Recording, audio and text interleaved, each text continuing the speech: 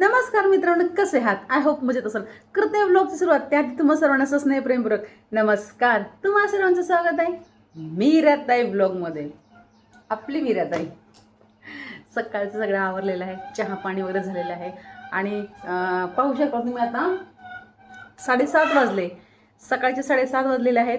काल खुरपायला सुरुवात केली आम्ही, लिंबोणी वगैरे 4-5 जणी होतो आम्ही आणि काही वाटलं नाही. दिवसभर कामामध्ये काहीच वाटलं नाही. अगदी 2 पायावर बसून असं पुढे पुढे पुढे पुढे जात खुरपलं. असतं थोडं ना 19-20 कोणी मागं कोणी पुढे, मीच मागे सगळं, पण असू द्या. नंतर मी पुढेही गेले. शेवटला गवत काही नाही, छोट्या छोट्या टिकले आहेत, त्याच उलट्या पालत्या करायचे. सांगण्याचं तात्पर्य खुरपण्याला सुरुवात झालेली आहे आणि रात्री जेव्हा मी येऊन पडले, माझं थोडंच फार काम केलं आणि मग चहा उकळायला ठेवला आणि त्या सोप्यावर पडले. अरे रे रे, उठायलाच येत नाहीये. अगदी पायाचे टाचनपासून एकदम ठणके उठायला गेले तर म्हटलं बापरे, काय खरं नाही. म्हटलं आता आपल्याला उठायचं नाही, जेवायचं नाही, काहीच नाही, चहा नको ना, आपल्याला काहीच नको. मग आमच्या जाऊबाईंनी, आमच्या सुनबाई आल्या, त्यांना मुलगा झाला.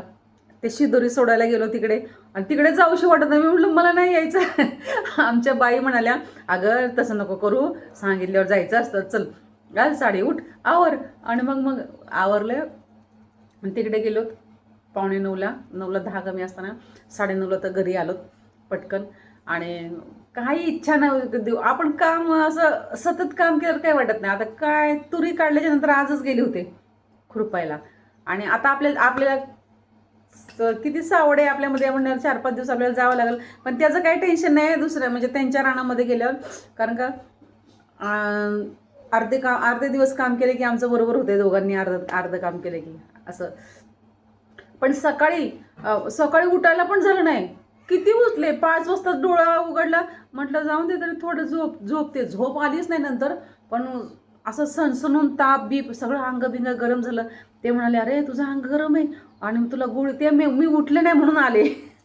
त्यांना असं वाटलं ती पिचकली का काय बघावं. आले हो. ते म्हणतात, अरे बापरे तुझं अंग एवढं गरम आहे का, तुला गोळी खायची तापायची. मी म्हटलं काय मला गोळी नको, कारण का मी कधी गोळी वगैरे काही खात नाही, गोळ्याच्या भानगडे पडतच नाही. मी उठले आणि काही नाही, आंघोळ केली गरम पाण्याने, सावकाश आंघोळ केली. तुम्हाला सांगू, आंघोळ केली आणि अक्षरशः पूजेच्या घरात जाऊन बसले आणि आपलं पूजापाठ आता झाली म्हणू शकत नाही, कारण का सायंकाळची राहिलेली आहे. तर ठणठणीत झाले एकदम. माझं असं असतं. सो स्किप न करता व्हिडिओ पाहते त्याबद्दल तुमचे मनपूर्वक धन्यवाद. स्किप न करता व्हिडिओ पहा. पहिल्यांदा व्हिडिओ माझा पाहताय, चला तर मग लवकरात लवकर आपल्या चॅनलला सबस्क्राईब करा, व्हिडिओला लाईक करा, शेअर करा आणि कमेंट करून सांगायला विसरू नका तुम्ही कुठून माझे व्हिडिओ पाहताय. आपली मुलं पण येतात बरोबर, त्यांना पण शेतामध्ये पाणी, शेतामध्ये सगळं त्यांना पण लागतं.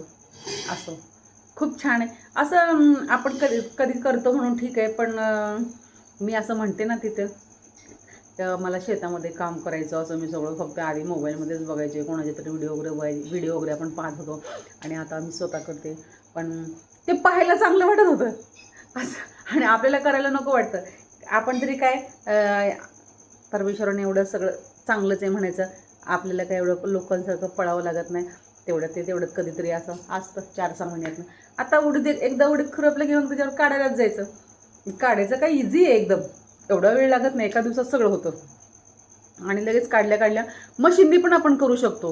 म्हणजे ऊन चांगलं पडलं, शेंगा अशा गरम वाळलेल्या असतात, मग लगेच आपण मशीननी करतो, त्याचं काय वाटत नाही. आणि अशा प्रकारे आमचा दिवस गेलेला आहे.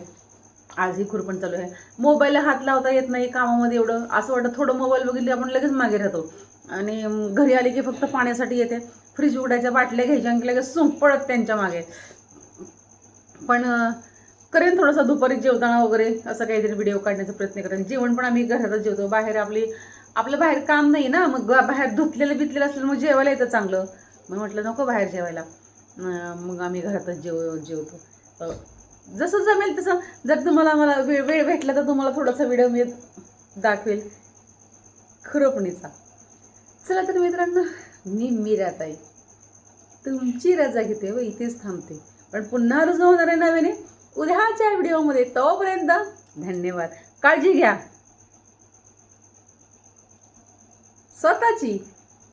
स्वतःची आणि इतरांची. बाय मित्रांनो म्हणण्यापेक्षा रामकृष्ण हरी माऊली. आषाढी वारीचा महिना आहे.